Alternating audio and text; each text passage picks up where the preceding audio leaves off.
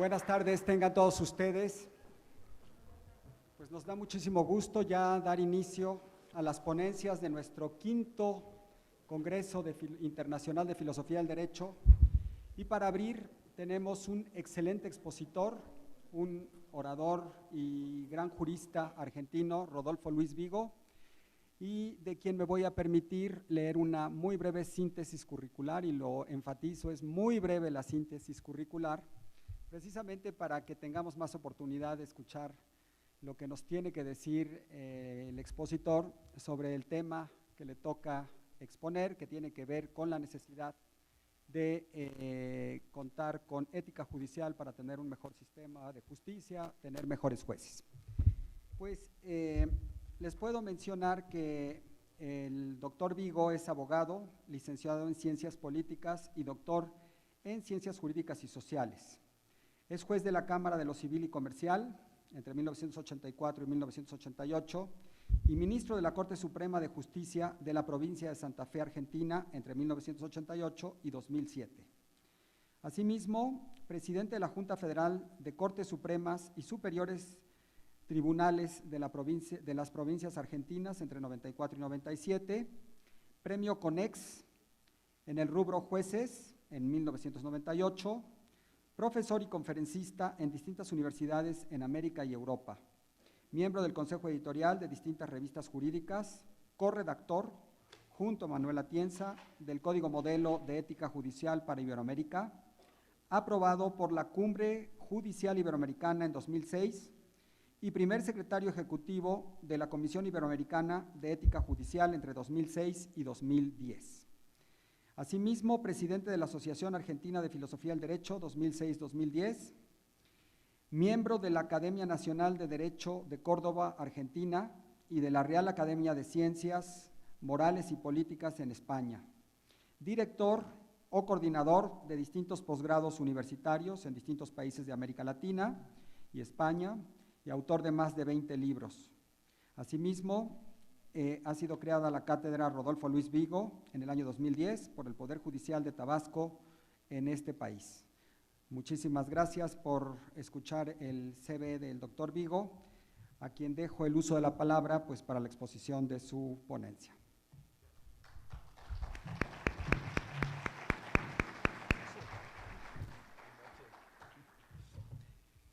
Bueno, muy agradecido a las palabras del amigo y director de esta escuela judicial. Y el tema, por supuesto, es de una enorme vastedad. De hecho, hemos tenido oportunidad de organizar y dictar diplomados sobre este tema de aproximadamente 120 a 140 horas. Lo digo para dimensionar la amplitud del tema y que nos limitaremos simplemente a hacer una introducción del mismo. Van a venir expositores de enorme valor. Aquí está un amigo, Javier Saldaña, que sin duda es palabra autorizada también en este tema. Pero me gustaría introducir en el tema con esta advertencia. Dime qué piensas de la ética a secas y yo te diré de qué ética judicial puedes hablar. Porque en definitiva, el primer tema, es obvio, es enfocar y respondernos qué entendemos por ética. Todos estaremos advertidos que en definitiva hay mucha discusión sobre ese tema.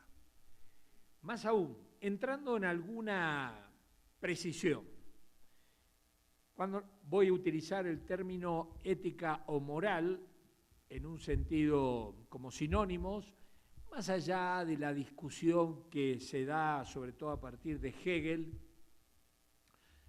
en contraste con lo que pensaba Kant.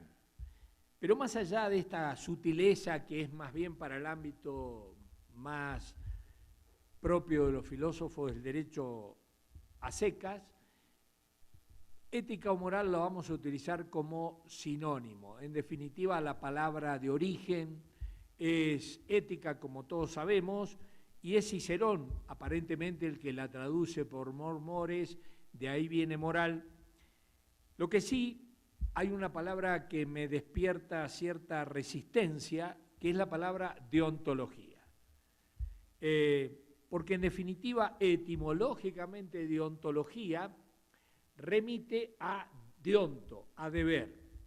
Y la verdad es que en la ética, el deber es secundario, es subsidiario del concepto principal que es el bien. Cuando uno procura un cierto bien, en orden a conseguirlo, aparecen después, secundariamente, aparecen los deberes para conseguir y posesionarme de ese bien. Si yo quiero ser un buen jugador de fútbol, vienen los deberes consiguientes. Si yo quiero ser un buen juez, vienen los deberes. Entonces, lo prioritario es el bien y el deber es accesorio. De todas maneras, cuando uno intenta precisar el contenido de una asignatura, un camino puede ser primero hablar del objeto material de esa disciplina y luego del objeto formal de esa disciplina, la materia de la que se ocupa y la perspectiva desde la cual se ocupa. La materia de la que se ocupa la ética, por supuesto, primaria, son los actos propiamente humanos.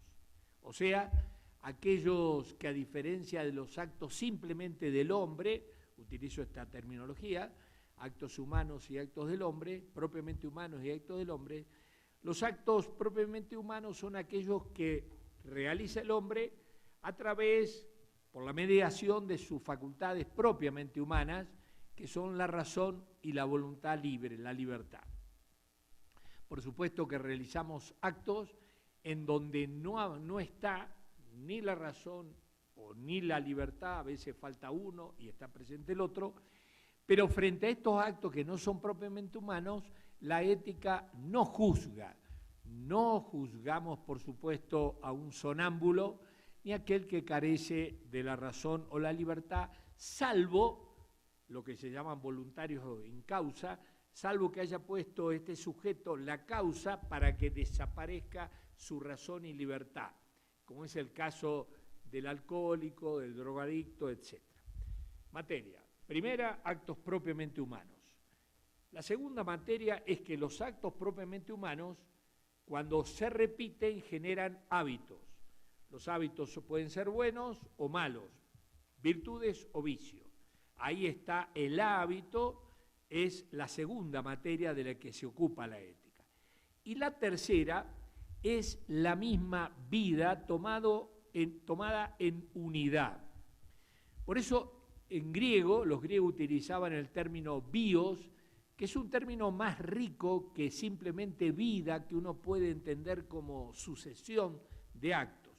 En cambio, bios es lo que daba sentido, unidad a una vida. Por eso, por ejemplo, en Aristóteles aparecen tres grandes modelos de bios: el bios teoretikos, dedicado a contemplar la verdad; el bios politikos, dedicado a desplegar y conseguir y expandir el bien; y el bios apoláutico, dedicado al placer, al simplemente el disfrute inmediato. Vida. Y de algún modo creo que es fácil captar no solamente la relevancia ética de cada uno de nuestros actos, la importancia que supone llegar a adquirir una virtud, porque si conseguimos la virtud, logramos hacer el acto propio de la virtud de una manera fácil, espontánea, casi fácil, y además gratificante. Por eso se habla de educación en virtudes. Si yo logro que a mi hijo adquiera la virtud del orden, sin duda le resultará fácil estar en un ambiente ordenado, más aún le resultará molesto estar en un ambiente desordenado. Por eso la importancia que adquiere la virtud también, adquirir el hábito. Y en tercer lugar, el tono, la calidad que tenemos cada uno de nosotros, porque cada uno de los que comparten con nosotros la vida seguramente tiene un juicio ético sobre nosotros. Es muy probable que si yo voy o van ustedes a preguntarle a aquellos que comparten mi vida en la facultad, en fin, en distintos espacios institucionales, seguramente cada uno de ellos con los que frecuento tienen un juicio ético sobre mí, más allá de que sea acertado o no. Y todo esto importa luego en la proyección de la ética. Y fíjense, primera cuestión, hemos hablado de actos propiamente humanos, razón y libertad. Claro, es cierto que sobre esto hoy hay resistencia. Hay muchas teorías, las hubo antes también, que niegan, desconfían que en el hombre haya algo así como la razón o algo así como la libertad. En términos genéricos, escogen una visión antropológica determinista. Ahora, si yo escojo una visión determinista, chau ética judicial, obvio, porque carecemos de libertad o carecemos de una razón idónea para dirigir nuestras vidas. Por eso la importancia, incluso de empezar aquí, no voy a entrar en detalle, pero ustedes saben que hoy hay toda una corriente posmoderna que renuncia a la razón, en definitiva, a la ilusión, y en definitiva, para decirlo como lo dijo Foucault o el mismo, bueno, los tres grandes maestros de estas versiones posmodernas son sin duda Freud, Nietzsche y en definitiva Marx. Más allá de sus proyecciones de neomarxismo, Gramsci, Althusser, Foucault, Derrida, Rorty, etc. Pero por eso quiero llamar la atención que hoy uno escucha a veces afirmaciones, por ejemplo, con respecto a los animales. Hay una sentencia en mi país referida a la orangutana Sandra, bueno, que hay mucho compromiso antropológico en esa sentencia. Y mi pregunta, los juristas, ¿somos conscientes de estas discusiones que necesariamente tenemos que afrontar si queremos con seriedad hablar de la ética? Dejo plantear la pregunta porque no me quería dedicar mucho a este tema, sino hablar del objeto formal. Los actos, los hábitos, la vida puede enfocarse de distintos puntos de vista, lo pueden enfocar los psicólogos, los juristas, los economistas, pero lo queremos enfocar desde el punto de vista de ética. ¿Y cuál es la perspectiva ética? El enfoque de la ética o moral. Sin duda, aquí recuperaré, incitado por el director, a Cicerón. Hay una definición de ética de Cicerón que a mí me gusta utilizar, que define a la ética como el modo de conducir la vida. Es decir, todos no tenemos otra alternativa que conducirnosla a cada uno de nosotros nuestra propia vida. No podemos delegar en otro qué hacemos con nuestras vidas. Y por ende, ponemos en juego un cierto modo.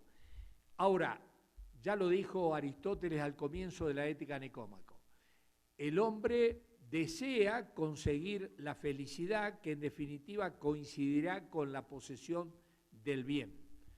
En definitiva, nos conducimos la vida buscando nuestra felicidad, el bien. Ahora, aquí aparece la gran discusión en torno a lo que vamos a entender por bien. Y por supuesto, según definamos nuestra teoría ética, de manera coherente podremos seguir hablando de ética judicial, sí o no. Y en un rápido repaso por el concepto de bien, centralmente me voy a preguntar justamente al hilo de las teorías éticas, estas teorías pretenden responderme quién es el encargado de definir lo que voy a entender por bien. Están las teorías subjetivistas, también llamadas en definitiva emotivistas y racionalistas, que son teorías escépticas. Aquí tenemos nada menos que a Kelsen, cuando escogió el escepticismo ético, de autores como Stevenson, etc. Pero también contemporáneamente tenemos un autor muy citado entre los juristas, como es Ferrajoli, cuando dice, ya en el prólogo allá, que le hizo Bobbio a su primer libro, Derecho y Razón, justamente Ferrajoli dice, los valores se asumen, pero no se justifican racionalmente. En consecuencia, si asumimos esta postura que cada uno define el bien y lo define como quiere y puede, y no desde el ámbito de la razón, sino que son factores irracionales que la razón no controla, las que nos llevan a escoger y ser nazi o demócrata, y como diría el mismo Ferrajoli, la razón no puede decirle nada a un nazi porque no existe razón en el campo moral. Este escepticismo ético radical conlleva esta especie de condena. Y por supuesto, si yo procuro, luego de asumir esta postura, más aún, el subjetivismo ético dice que si hay alguien que pretende impugnarme la definición de bien que yo he hecho, yo podré reprocharle a este impugnador, censor, yo podré reprocharle que quiere ponerse en el rol de mi padre, pretende ejercer sobre mí paternalismo. Por supuesto, como digo, desde un subjetivismo ético, no solamente desaparecen los derechos humanos en serio, ¿por qué? Porque cada uno puede hacer y definir los derechos humanos como se le antoja. Y si alguien quiere ser esclavo, un problema de él. En definitiva, no solamente aquí se clausura la posibilidad de derechos humanos, sino también el campo de la ética profesional. Porque, por ejemplo, si viene alguien y me dice a mí, che, Rodolfo, estoy re contento porque acabo de vender una sentencia muy bien paga, estoy feliz, soy feliz. Claro, y supongamos que yo le diga, perdóname, pero eso está mal. La réplica de este subjetivista será, mirá, Rodolfo, no quiero que te ubique en el rol de mi padre murió, por favor no me hagas paternalismo, yo creo que yo soy re bueno, re vivo, vendiendo sentencia, porque la noción de bien, en mi caso, coincide con mi billetera. Y a mí me parece que vos sos re tonto, un mal juez, creyendo en todas estas pavadas, la justicia, la dignidad, los derechos humanos. El bien es lo que a mí me hace ventajoso, y sobre todo en el terreno económico. No quiero saber lo feliz que voy a hacer con esta casa que me voy a comprar en Miami Beach. Bueno, eso es el planteo de la ética subjetivista y vaya que tiene respaldo, porque como hemos dicho, bueno, quiero decir que a pesar de lo que dice Ferrajoli, Marcial Pons está sacando un libro sobre Ferrajoli mío, justamente él tiene alguna conferencia sobre deontología judicial que resulta muy difícil conciliarla con su negación de la razón práctica. Pero eso es otro tema, de esquizofrenia, incoherencia o lo que sea. Pero lo cierto es que el subjetivismo conduce a no poder hablar de ninguna ética judicial con pretensiones de objetividad y cognitivismo, que es posible conocer que vender la sentencia está objetivamente mal, aunque haya muchos que las vendan, incluso más, que crean que vendiéndolas son muy buenos. Bien, una segunda teoría ética es la teoría intersubjetivista. El bien no lo define cada uno, sino lo define cada sociedad. Por supuesto que dentro de las teorías intersubjetivistas hay un enorme variopinto que va de Duguid a Habermas. De todas maneras, dejando de lado toda la preocupación por la razón práctica procedimental, dialógica de Habermas, de Alexis, etcétera, en donde en definitiva la pregunta ¿qué es un juez bueno? Esto me dicen, bueno, yo no sé qué es un juez bueno, pero tengo el camino que va a llevar a precisar quién es un juez bueno. Ese camino es el del diálogo racional, controlado por la libertad y la igualdad de los dialogantes, donde se argumenta y en definitiva si a través de ese diálogo racional terminaremos definiendo al buen juez. De todas maneras, más allá de estas sutilezas kantianas, contrafácticas, kantianas, constructivistas, lo cierto es que, como los diálogos racionales son imposibles de alcanzar, en última instancia terminan derivando en reglas de la mayoría en el terreno de las realidades. Por ende, en definitiva, más allá de sutilezas, el intersubjetivismo se puede terminar asimilando a que en definitiva el bien lo define el grupo social. Claro, las consecuencias de este intersubjetivismo finalmente será no solamente también desaparecen los derechos humanos, porque en definitiva la sociedad los derechos humanos serán los que cada sociedad diga que son, con el contenido que ella le provea. Intersubjetivismo. Claro, y en el campo de la ética judicial, igual. En definitiva, la sociedad define la ética judicial. Y pongamos un ejemplo un poco burdo. Supongamos que estamos en una sociedad donde los jueces se les está yendo la mano en la mordida. Y por ende, en fin, hay un reclamo de la sociedad de poner cierta previsibilidad, racionalidad. Y entonces convocamos a la sociedad a un estadio para debatir este tema, la angurria de los jueces. Bueno, y en ese ámbito supongamos que se propone, van los jueces, van los abogados, va la sociedad civil, va ONG, partido, lo que sea. Y en ese ámbito se propone, en definitiva, precisamente poner una medida al delito, a la mordida de los jueces.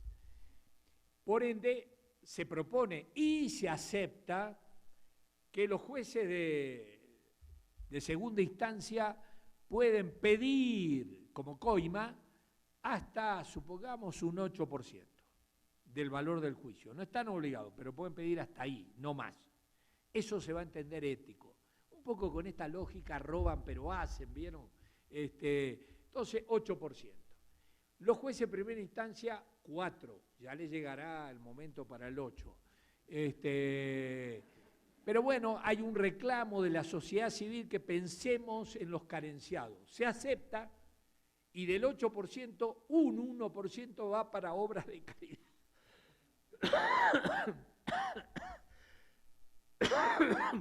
Va para obras de caridad y del 4% va medio punto para obras de caridad. Bueno, aplauso, se aprobó. Bueno, eso es disparatado. Aunque se ha aprobado, como es disparatado una sociedad de casta, una sociedad que no deja ser candidata a una mujer por ser mujer, etcétera, etcétera, etcétera. Esto es el intersubjetivismo en materia ética que torna inviable intentar hablar luego de un código de ética, de actos que están bien y mal por un juez. Tercera versión ética, la versión consecuencialista, utilitarista finalmente. En definitiva, se acuerdan de Bentham. Los actos no son ni buenos ni malos en sí mismos. Cualquier acto puede ser bueno o malo según las consecuencias. Por ende, si un acto genera la mayor felicidad para el mayor número, eso es bueno. Y si no ocurre ello, será malo. Bueno, desde esta visión se advertirá que también desaparecen los derechos humanos porque la tortura está bien o está mal. La respuesta del utilitarismo depende, porque si torturando generamos la mayor felicidad para el mayor número, está bueno torturar.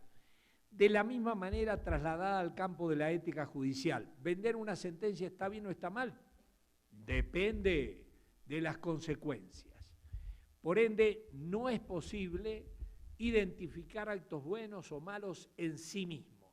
Todo puede ser bueno o malo. Podríamos seguir incluyendo otras teorías, la teoría juridicista, lo que está bien, está mal, lo define una norma jurídica. Por supuesto, esto es contraintuitivo, la historia se encarga de de alertarnos los riesgos que conlleva esto. También hay unas posturas teologistas que el bien no lo define cada uno, no lo define la sociedad, no lo definen las consecuencias, no lo definen las normas jurídicas, sino lo define Dios.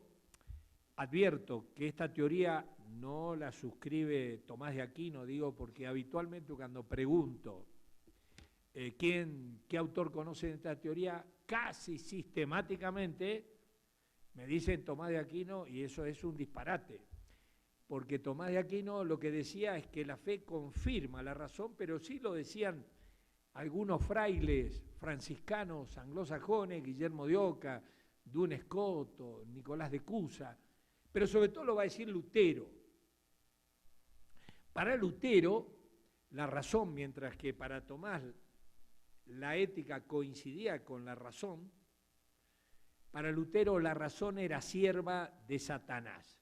La filosofía, que era también sierva, instrumento de Satanás, digo, para Tomás de Aquino era opus magister de Dios, ¿no? La obra maestra. Pero en definitiva, teologismo.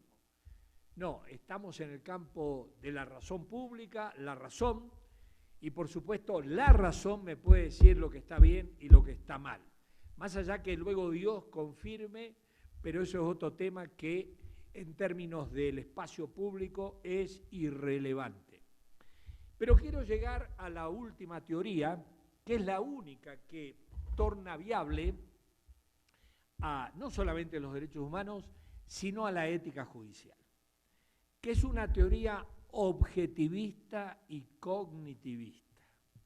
Es decir, hay cosas que están bien y cosas que están mal.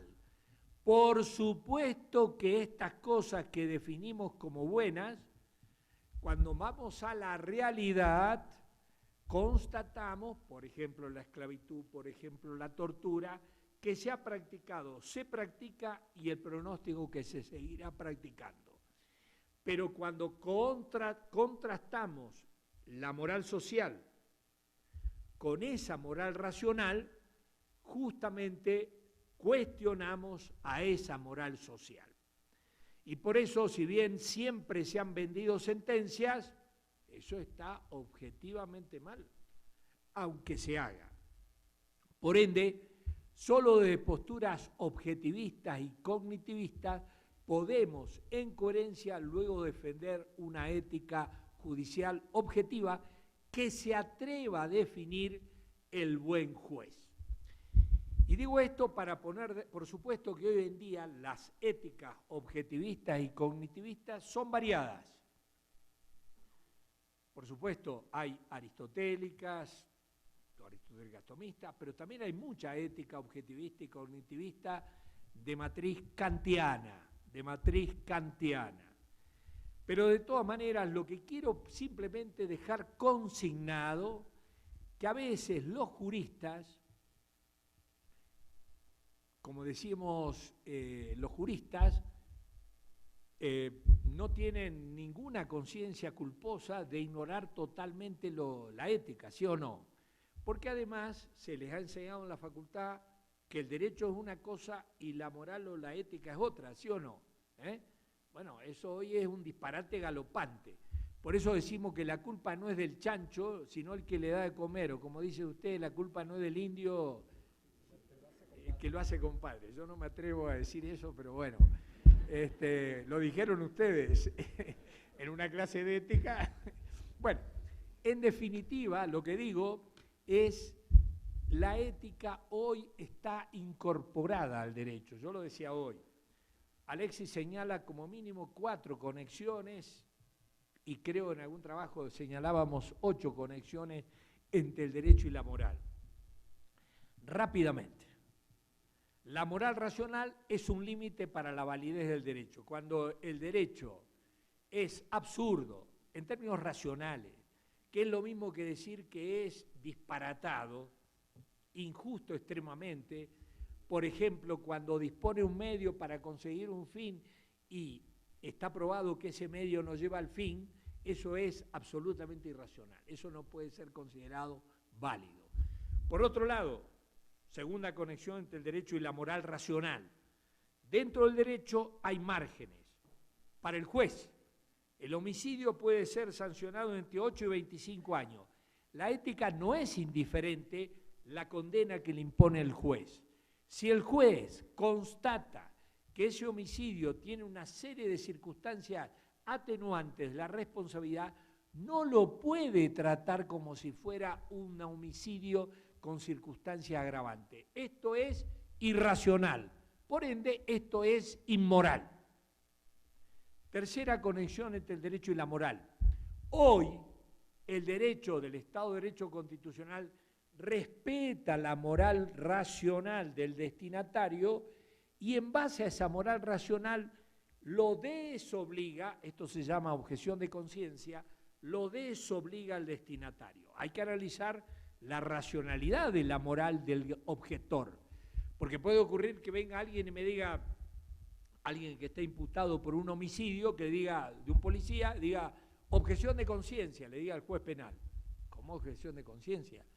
Sí, según mi religión, yo pertenezco a la religión San Muerte, San Chapo o el que sea, esa religión me garantiza el cielo si yo mato a un policía.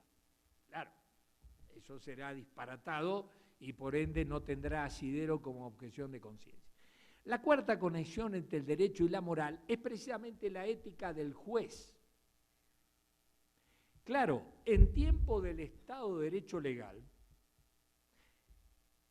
cuando se confiaba que había una respuesta jurídica contenida en una norma jurídica, que era lo que el juez debía decir en cada caso, desentrañando esa respuesta jurídica a través de los métodos interpretativos, era irrelevante la ética del juez, porque en definitiva lo único que interesaba era la idoneidad científica, que el juez conociera las normas.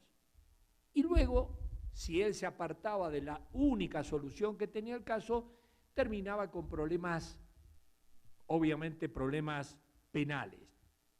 Eso en mi Código Penal se llama delito de prevaricato, apartarse del sentido de la norma. Bien, eso en el Estado de Derecho legal, pero hoy en tiempo del Estado de Derecho constitucional, obviamente, como yo dije, 19 años siendo juez constitucional, por supuesto que lo que uno descubría desde el primer día, del primer expediente, que frente a cualquier caso, indudablemente no había una solución, sino que había varias. Más aún, algunas inéditas que se le ocurrían a uno. Por ende, en definitiva, al sentenciar, uno podía elegir una respuesta de las disponibles en el derecho. Y por eso la importancia de la ética del que elegía la respuesta jurídica. Y que los jueces elegimos, por supuesto que es intuitivo. Eso lo revela las distintas mayorías y minorías de nuestros tribunales, las distintas corrientes jurisprudenciales, etcétera, etcétera. Y no es que algunos van a buscar la respuesta jurídica a Marte y otros en México. Por ende, como decimos, el juez puede elegir. Y aquí aparece la relevancia de la ética en el operador del derecho en general, pero sobre todo en el que está encomendado por la sociedad para jurisdictio decir el derecho autoritativamente. La relevancia. Yo creo que nadie a esta altura puede creer que garantizamos la independencia e imparcialidad judicial a través de las causales de recusación y excusación judicial. Supongo que nadie se lo crea eso. Mi madre tampoco se lo crea eso. Por supuesto que aquí está la independencia y la imparcialidad. Y si yo quiero, y que uno puede ser un gran académico y un delincuente, no hay incompatibilidad. Más aún, si uno es un gran académico y a la vez delincuente, es peligrosísimo como delincuente, como malandra. Entonces, esto es lo que pone de relieve la actualidad e importancia de la ética judicial. Miren, voy a intentar dar una definición de ética judicial, justamente. Yo diría que la ética judicial es un discurso de la razón práctica, la razón moral, axiológica. Discurso de la razón práctica. No es un discurso de Dios, no es un discurso de ciencias infusas, tampoco de los sentimientos, es un discurso de la razón, dirigido al juez, al que procura convencer. Por eso el trabajo de la ética es persuadir. Al derecho no le interesa convencer, porque dice, te portás así, si no, viene la sanción. Discurso de la razón dirigido al juez, al que procura persuadir, convencer, utilizándolo como sinónimo, más allá de Perelman, persuadir o convencer, que asuma un compromiso en el ser juez, y en el parecer de su comportamiento, asume un compromiso en el ser y el parecer con la excelencia en el trabajo profesional. Y aquí me detengo porque pesan sobre el juez explicar un poco esto de la excelencia, ser y parecer. A ver, cuando uno intenta identificar, pesan sobre el juez deberes jurídicos y deberes éticos. Por supuesto que los deberes jurídicos son avalados por la ética, porque el derecho es un mínimo de la ética. Vender sentencia está sancionado jurídicamente, pero antes también está el reproche ético. Deberes jurídicos y deberes éticos. El incumplimiento de estos deberes genera responsabilidades, ética o moral, y responsabilidades jurídicas variadas. Como hay un deber jurídico impuesto por el derecho civil, responsabilidad penal, responsabilidad administrativa, responsabilidad política o constitucional, responsabilidad internacional ante la Corte Interamericana de Derechos Humanos, etc. Ahora bien, voy a tratar de diferenciar los deberes jurídicos de los deberes éticos. Y si bien tengo un trabajito específico sobre ese tema, en donde intento identificar 9 distinciones, voy a ocuparme solo de una. Los deberes jurídicos son deberes de mínima. Los deberes de ética son deberes de máxima. Y aquí voy a explicar lo de excelencia. Y que el derecho es compatible con la mediocridad. A ver, en todo ámbito profesional hay 3 núcleos profesionales. En el ámbito de los militares, en el ámbito de los jueces, en el ámbito académico, hay un pequeño grupo de esos profesionales que son aquellos que ni siquiera cumplen los deberes jurídicos. Ellos terminan con problemas en los tribunales, en fin, condenados, etcétera, con procesos. Luego está el grueso, la gran mayoría, que somos aquellos que nos limitamos a cumplir con los deberes jurídicos. Por señalar uno de esos ejemplos, es el empleado que suena el timbre, terminó su jornada y se va a la casa limpio de problemas en su cabeza. Aquí estamos la gran mayoría, los que no incumplimos los deberes jurídicos, pero tampoco asumimos un compromiso con la excelencia en el ser, en el parecer. Pero claro, este grupo, en definitiva, de los mediocres, son aquellos que pasan sin ton ni son, recordados por sus hijos, con suerte por algunos nietos, y chau, suficiente. Y luego hay un tercer grupo, también muy pequeño, que son aquellos que no se limitan a cumplir los deberes jurídicos, sino que asumen un compromiso con la excelencia, dan todo lo que pueden dar en el servicio profesional.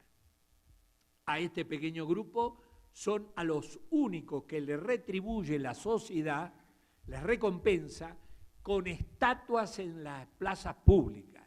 sus nombres en los auditorios, en las calles, etc. Por supuesto que no es mérito suficiente para levantar un monumento morirse sin ningún reproche penal, nunca ningún juicio, porque si fuera así faltarían plazas públicas, ¿no?, para levantar monumentos. Pero este tercer grupo sí son aquellos a los que la sociedad los recompensa. Para poner un ejemplo encarnado, con las disculpas del caso, que será un ejemplo argentino, no por falta de humildad, porque son los que más conozco, que es San Martín. San Martín es el gran militar argentino, el héroe de nuestra libertad, bla, bla, bla, bla, y de algunos otros países latinoamericanos. Ahora bien, mirado de esta perspectiva, lo que uno puede pensar, sobre todo con los cánones de la modernidad, que San Martín, en lugar de quedarse ahí en Mendoza, jugándose unos partidos a las bochas, comiéndose unos buenos asados y tomándose unos buenos vinos, Mendoza, unos buenos vinos, este tonto decide irse, cruzar los Andes, enfermo, olvidarse y dejar los amigos, la nieta, etcétera, corriendo, poniendo en juego su vida, no solamente para cruzar los Andes, porque la debió cruzar en camilla, y encima enfrentarse a los españoles por la independencia, la libertad.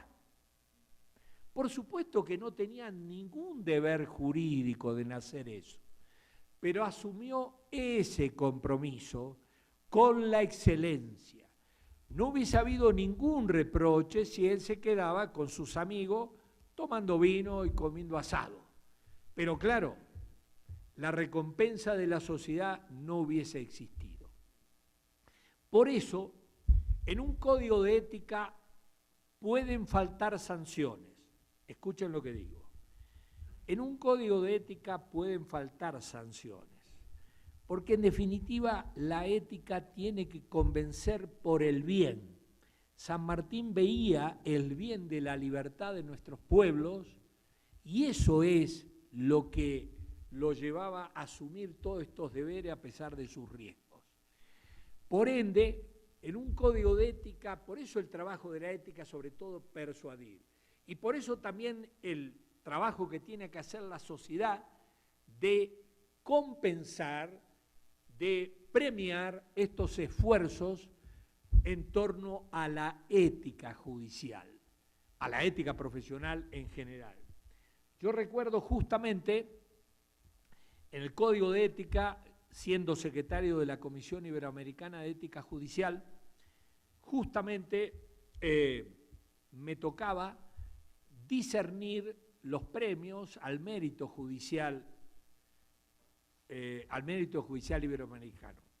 Más aún, en un pleno de la Corte Suprema, presidencia de Guillermo Ortiz Mayagoitia, me dieron el honor los colegas de la Corte Suprema Federal mexicana de otorgar el premio al mérito judicial mexicano. Se lo entregamos a la viuda de un juez federal. ¿Qué había pasado?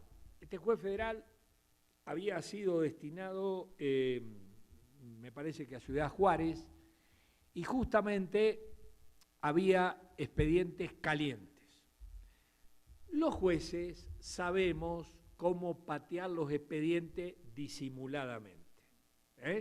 Vaya que el oficio, por las dudas, haya alguno homónimo en la luna. Vaya el oficio y empezamos a patear, a dilatar, estamos re preocupados abriendo líneas de investigación, mentira, pero sabemos patearlo. Este juez le fue al toro y por supuesto pagó con su vida. Y este es el trabajo. El periodismo no está para hablar de los aviones que llegan a destino, está para hablar de los aviones que se caen. Y por ende somos nosotros los que tenemos el deber de hablar de los modelos para mostrar a la sociedad.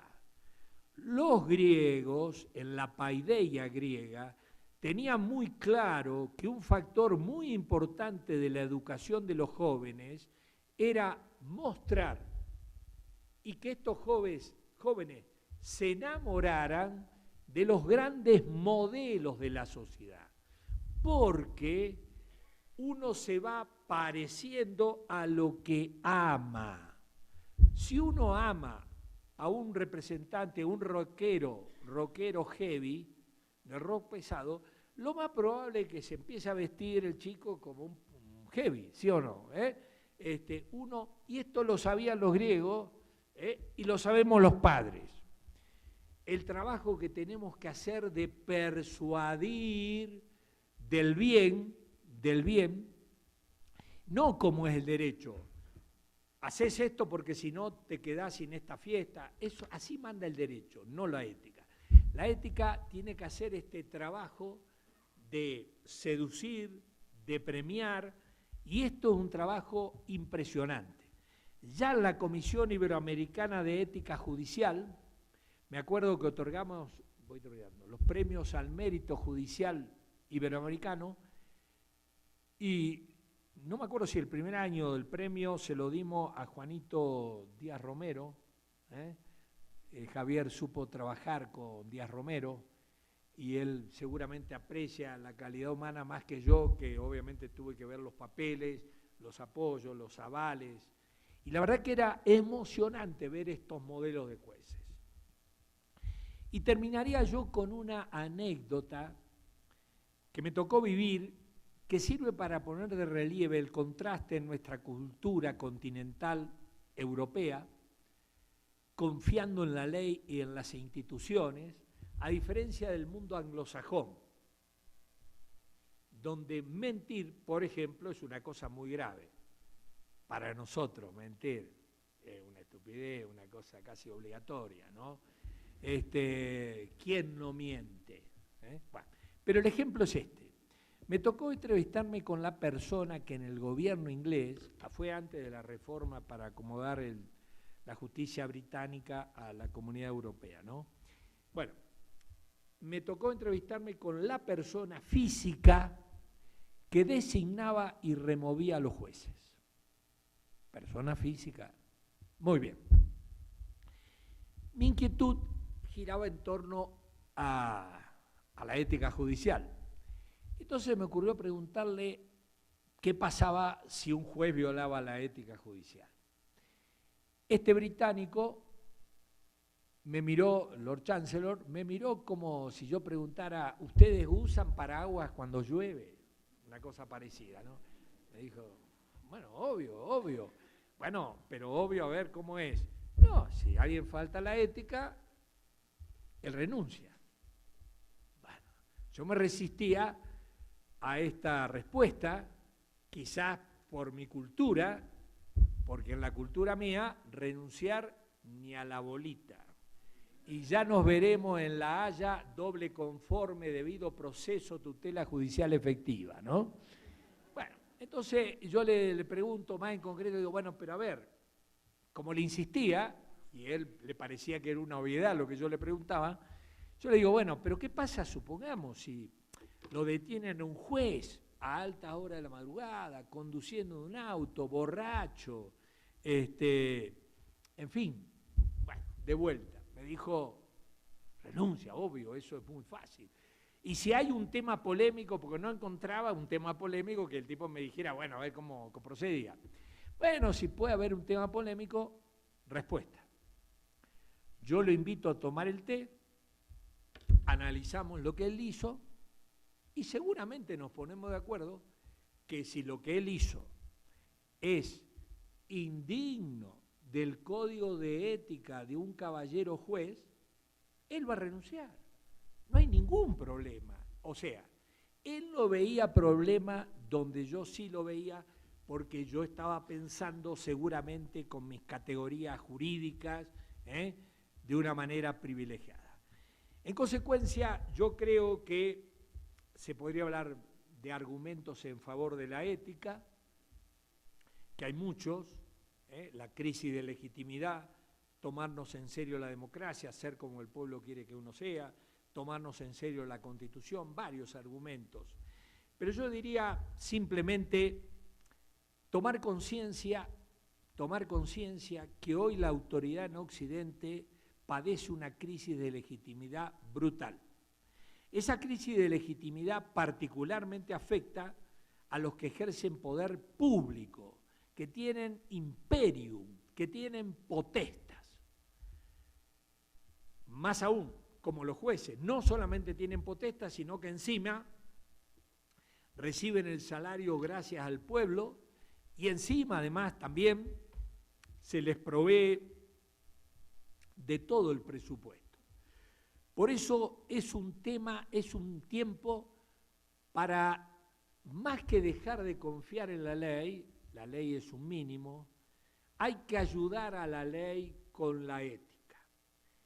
A la ética hay que alimentarla, sin duda. A la ley basta el proceso para que esté presente. La ética tiene que ser un trabajo permanente y sobre todo que acuda este reconocimiento en la sociedad.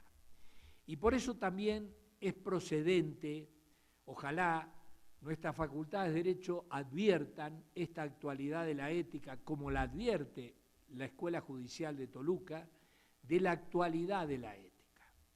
Sin duda, los semáforos en Suiza o en Japón son iguales a los de la Argentina, pero funcionan muy diferente. Uno en Suiza o en Japón ve luz verde, cierra los ojos y pasa. En la Argentina solo eso puede ocurrir si uno tiene vocación suicida, pero si no, no puede, porque la única forma que se respete el semáforo es que un policía se ponga debajo de un reflector y amenazante, no solamente con la virome así anunciando que está para tomar nota. El único modo de que se preste. Por eso es un tiempo propicio para volver a la fuente de la ética, del cual ojalá nunca hayamos ido. La ley es condición necesaria del buen vivir social, pero no es suficiente. Por eso la actualidad y bienvenido a este tema que hoy nos convoca. Muchas gracias.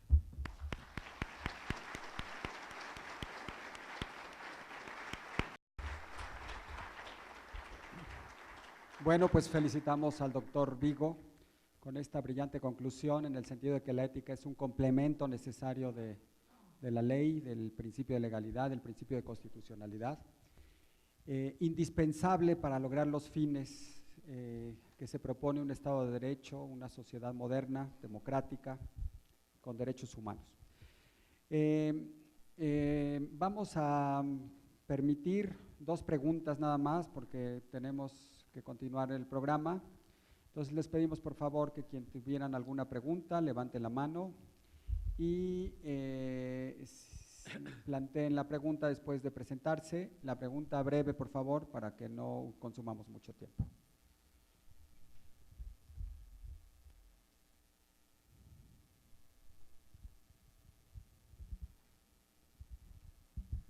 Sí, buenas tardes. Felicitaciones por su exposición, doctor. Su servidor Ernesto Victoria, del órgano superior de fiscalización del Estado de México. En el comentario que acaba usted de hacer en relación a la ética y la teoría respecto a reconocer si un acto es ético o no es ético, establece usted un elemento fundamental que es entender el Estado constitucional a diferencia del estado de la concepción decimonónica de la Constitución como aspiración dogmática y no como normativa. Quiero entenderlo así. En esa idea, bajo la tesis de Dworkin, las resoluciones deberían de ser bajo el entendido de un derecho no solo de reglas, sino de principios, que de alguna manera es el ataque frontal a la teoría kelseniana de la separación del derecho y la moral. En ese sentido, si los jueces están resolviendo hoy únicamente en una idea de Hart de solamente la aplicación de la regla, sin la ponderación de principios, estaríamos en el supuesto de que la resolución no es ética, sino solo inmoral, porque no se hace la mejor elección a partir de una mejor comprensión de lo que hoy es el derecho. No quiero decir que sea corrupta, porque me parece que no se llegaría a ese grado, pero sí a ese concepto que usted presentó de sería inmoral, es decir, no es moral, porque puedo aplicar ponderación, pero me voy por la regla que no siempre es justa. Esa sería mi pregunta, si en esa acción del juez la ética está en interrogación. Gracias por su respuesta, doctor. Bueno, por supuesto que, a ver, cuando el juez decide, por supuesto hay material jurídico acá y hay también una intención del juez. Y me viene bien la remisión a Har, porque Har, que creía que el derecho era system of rules, pero claro, los casos difíciles no había derecho y el derecho lo creaba. Y esto es lo que viene a decir Dworkin, que el juez no crea el derecho sino lo descubre. Pero justamente lo interesante es que Har dice, dado que los jueces van a crear el derecho, textual, van a crear el derecho en los casos difíciles, ¿qué hacer? Porque el jurista puede establecer que el chico, frente al cartel, prohibido pisar el césped con vehículo, ¿qué hacer con el chico que se le fue el autito control remoto, que es un vehículo, al césped? Lo que dice Har, ahí no hay derecho, porque puede hacerle la multa o no puede. Entonces, la respuesta de Har es, busquemos como jueces personas que tengan las virtudes, dice Har, propias de un juez. ¿A qué voy? Es que por un lado necesitamos materiales jurídicos que posibiliten respuestas que no lleguen a ser inmorales, y tenemos la necesidad también que la intención que acompaña la decisión del juez sea encontrar la mejor respuesta. Porque podemos plantear por ejemplo, uno puede, no solamente corrupción, a ver, responsabilidad judicial. Ocurre que yo tengo un precedente sobre un determinado caso, tema judicial. Y ese precedente me ha permitido que estoy a punto de firmar 50 sentencias que son análogas al caso que ya resolví y que hay precedente. Pero viene un colaborador y me dice, es una decisión esta, un criterio que está aceptado en mi comunidad jurídica, no tiene resistencia. Pero viene un colaborador y me dice, doctor, usted sabe que ayer en Alemania salió una sentencia que me parece que deberíamos estudiar, porque incorpora argumentos que nosotros no tuvimos en cuenta cuando fijamos este precedente que goza de pacífica aceptación en nuestra cultura jurídica. ¿Se entendió el ejemplo? Si yo tengo conciencia ética referida a la responsabilidad que hago, por un lado digo, tengo 50 expedientes para resolver, 50 expedientes menos en las estadísticas. Reitero el precedente que está aceptado y punto, ¿sí o no? Pero mi conciencia ética dice, bueno, voy a volver a revisar esta sentencia que salió en Alemania y voy a revisar mi antecedente. Entonces, para que la decisión sea correcta, se requiere de material jurídico correcto. Yo no creo que haya one right answer, una respuesta correcta para cada caso, como postulaba Dworkin, pero sí hay márgenes de respuesta correcta, hay márgenes. La razón práctica puede llegar a decir, este homicidio es un homicidio grave, por ende tengo que condenarlo entre 20 y 25 años. Eso me dice la razón práctica, moral, axiológica.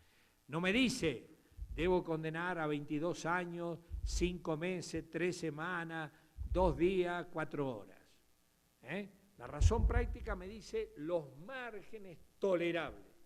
Si yo tengo un material jurídico de respuestas jurídicas en plural correctas, luego viene mi intención. La importancia que tiene la intención. A punto que Tomás de Aquino, me acuerdo que decía, el que roba para ser adúltero es más adúltero que ladrón. Fíjense la importancia de la intención. Entonces, tengo que hacer el esfuerzo, etc. En consecuencia, no es que si falta la ética necesariamente va a ser inmoral la sentencia. Para que haya una sentencia éticamente aprobada se requiere de un material jurídico correcto, más la intención del juez, la conciencia, la prudencia del juez. No sé si contesto. Muy bien. ¿Alguna otra pregunta? Aquí, por favor. Ahorita te acercan el micrófono. Profesor Vigo, buenas tardes. Mi nombre es Javier Saldaña. Voy a hacer una pregunta muy concreta a uno de los expertos de ética judicial y que tiene que ver con una cuestión a la que yo le estoy dando muchas vueltas. Es la siguiente, además uno de los 2 autores del Código Modelo Iberoamericano de Ética Judicial y redactor también del Código de Santa Fe. Se falta la ética judicial cuando se establece como principio básico el de la austeridad republicana en los salarios de los jueces. ¿Quiere que me echen los jueces federales? Hay algunas posturas señalan que a los jueces no se les debe de bajar el salario por la importancia de la actividad que realizan. Otras personas dicen que los jueces tienen que adaptarse a una medianía en el salario. Me gustaría saber su opinión. Bueno, yo obviamente voy a tratar de salir indemne de la pregunta. Voy a acudir, me dedico a la retórica, yo así que obviamente acudiré a la retórica. No, yo digo, a ver, entiendo la pregunta, explico un poco lo de austeridad republicana en el sentido de que en la Ley de Ética Pública de la Argentina, una de las exigencias del funcionario es que tenga cierta austeridad que condice con la república, no con la monarquía. Y si hay un juez, como existía en la Argentina, que tenía un anillo de $250.000 y no resistía los carnavales de Gualeguaychú, un lugar donde se hacen carnavales, está complicado que tenga legitimidad, que tenga confianza en la ciudadanía. Y es obvio que los bienes que yo exhibo generan prejuicios en el auditorio, ¿sí o no? Prejuicios, que pueden ser confirmados. Eso me pasa a un profesor de la casa. Viene un estudiante, viene a rendir, y uno le ve la pinta, olores sospechosos, bueno, y en fin, perfil. Uno se imagina, este tipo no se pasa la hora encerrado, estudiando, le da otra cosa. Pero son prejuicios, a lo mejor el tipo, bueno, más allá de eso se la ingenia para darle a otra cosa y también para el estudio. En fin, entonces, el pueblo quiere tener, por lo menos en la Argentina, el pueblo quería tener, sobre todo en el 2001, el pueblo salió a la calle a decir que se vayan todos. Yo me acuerdo de ese enero, porque venía 3 meses a la Argentina, a México, ese enero que estaba en México dando clase, que me ofrecieron, en fin, que me quedara acá y bla, bla, bla. Bueno, pero, claro, el pueblo ¿cómo nos quiere ver? Tiene el derecho de pedirme que no me quiere ver a mí, que me la puedo comprar, supongamos, no es cierto, ¿no? Pero que me puedo comprar una Ferrari, una Testarossa. ¿Qué onda? Yo me la puedo comprar. Soy hijo de millonario, me puedo dar el lujo. Ahora, ¿Es irrelevante la opinión de la sociedad sobre los bienes que yo exhibo? Por supuesto que no. Cuando ustedes, los jueces, van a una fiesta, cuando yo voy a la fiesta, por supuesto que todos o buena parte de los que me conocen me están mirando. Cuando viene el cotillón, todo eso, ¿sí o no? Y si me ven borracho, subido a una mesa, desaforado, ¿qué quiere? En Estados Unidos, acabo de prologar una tesis doctoral, un libro a Sigfrido Steidel, un juez puertorriqueño, y también una tesina en la Argentina, en la Universidad Austral, dedicada a la familia de los jueces. ¿Me escucharon? En Estados Unidos, los cursos de ética incluyen la familia del juez, cosa que yo no tendría éxito para llevar a ningún hijo a ninguno de esos cursos, me imagino. Me dirían, papá, pero vos, anda vos si querés, me imagino. Bueno, ¿qué le dan en los cursos para la familia de la ética? A ver, ¿ustedes quieren a su papá? Sí. Bueno, ¿cómo se tienen que comportar en un antro? Ustedes lo llaman antro, ¿no? En la Argentina se llama boliche. Bueno, ¿cómo hay que comportarlo? Porque la gente no los va a ver a ustedes, los va a ver a su papá a través de ustedes. Si los para un control policial, ustedes, ¿qué tienen que hacer? ¿Tienen que salir a chapear, soy el hijo del juez, tanto o no? En una palabra, se trata de proteger el prestigio del juez trabajando incluso esta cuestión. Porque en el ámbito del juez hay tres ámbitos. El ámbito que es profesional. El ámbito profesional que uno despliega en el espacio profesional, en los tribunales, en el tribunal, ok. Eso lo abarca la ética judicial. Luego está el campo del espacio público no profesional. Claro, que la sociedad le va a interesar si me ve a mí sistemáticamente al caer el sol con una botella en la mano y el paso alterado y hablándole amorosamente a los árboles, a los faroles, qué sé yo. ¿Sí o no? Le va a interesar. Pero más allá de que lo que yo piense, le va a interesar el espacio público no profesional. Y el tercer ámbito es el ámbito estrictamente privado. Lo que yo hago en el baño de mi casa no le interesa a nadie. Ahora, claro, si me sale la patrona tirándome los platos, corriendo, después de bañarme desnudo, pues claro, eso ya ha dejado de ser doméstico, privado. El espacio público. Y para poner un ejemplo torpe y voy terminando, profesional. Si yo estoy sentado en la cancha de Colón de Santa Fe disponiéndome a ver el partido de fútbol de mi equipo y entra la barra brava de Colón, que como toda barra brava que se precie es pesada, por supuesto no entran pidiendo permiso, ¿no? Ni vestido con hábito clerical. Entonces entran, en fin, como se entra en una barra brava, hay que apartarse corriendo y bueno, y si no uno la puede pasar mal. Y la va conduciendo mi psicólogo. Entonces yo estoy sentado al lado de un amigo y dice, che Rodolfo, ese no es tu psicólogo. Claro, ¿yo qué voy a decir? No, parece, pero no es, ¿sí o no? Obvio. Porque lo importante, miren, cuando la Cumbre Judicial Iberoamericana nos convoca a fines del 2004 a Manuel Atienza y a mí, los 22 presidentes de las Cortes Supremas, a elaborar el Código Modelo de Ética Judicial para Iberoamérica, la astucia de la cumbre fue, designamos dos filósofos del derecho de tradiciones distintas, con lo cual, si estos dos se ponen de acuerdo, lo más probable es que lo que se hayan acordado goce de bastante consenso. Primeras reuniones con Manolo, tentación de ir a buscar fundamentos.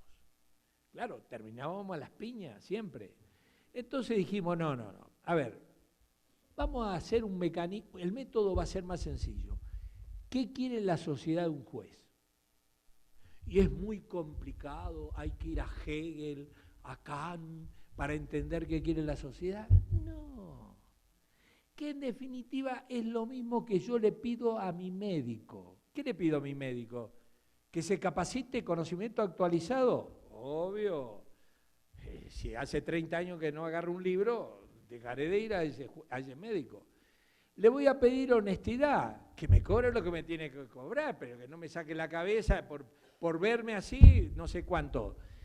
Que además sea íntegro, que me inspire confianza, que además guarde reserva, secreto de todo lo que él se entera en el servicio profesional, sobre todo el urólogo, obvio, que no vaya a pasar papelones. Bueno, que sea, por ejemplo, independiente, obvio, que él decida cómo me va a prestar el servicio. No que me está operando y dice, ay, ¿cómo sigo? Voy a consultar, ¿no? Obvio. En una palabra, hay como 10 principios comunes a toda ética profesional. Lo único peculiar del juez es el principio de imparcialidad. Eso es lo único propio. Pero en definitiva, es muy sencillo elaborar. Por eso, en definitiva, los códigos de ética, a mí me ha tocado colaborar con varios códigos de ética, sobre todo esos 4 años de secretario de la Comisión Iberoamericana de Ética Judicial, quien fue miembro Juanito Díaz Romero, justamente en esas intervenciones, en definitiva, ¿hay mucho para inventar? Nada. Cada código de ética redacta lo que es común a todos los códigos de ética a su manera, pone énfasis, pone detalle, pero no hay mucho para inventar, está todo inventado.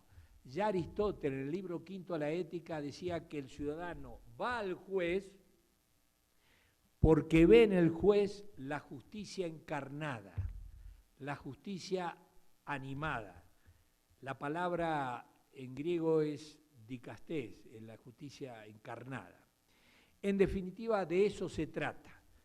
No solo tener potestas, sino autoritas. Y esta la ganamos no escribiendo libros, sino trabajando en el ser y parecer para ganar la confianza de los ciudadanos. Porque no es importante que yo duerma tranquilo con mi conciencia, sino que lo importante es que la sociedad duerma tranquila teniéndome a mí de juez y pagándome como juez. Gracias. Muchas gracias. De esta manera damos por terminada nuestra primera sesión. Enseñanza de mi escuela judicial, Poder Judicial Mexiquense y su escuela judicial. Orgulloso fruto soy de su simiente y del conclave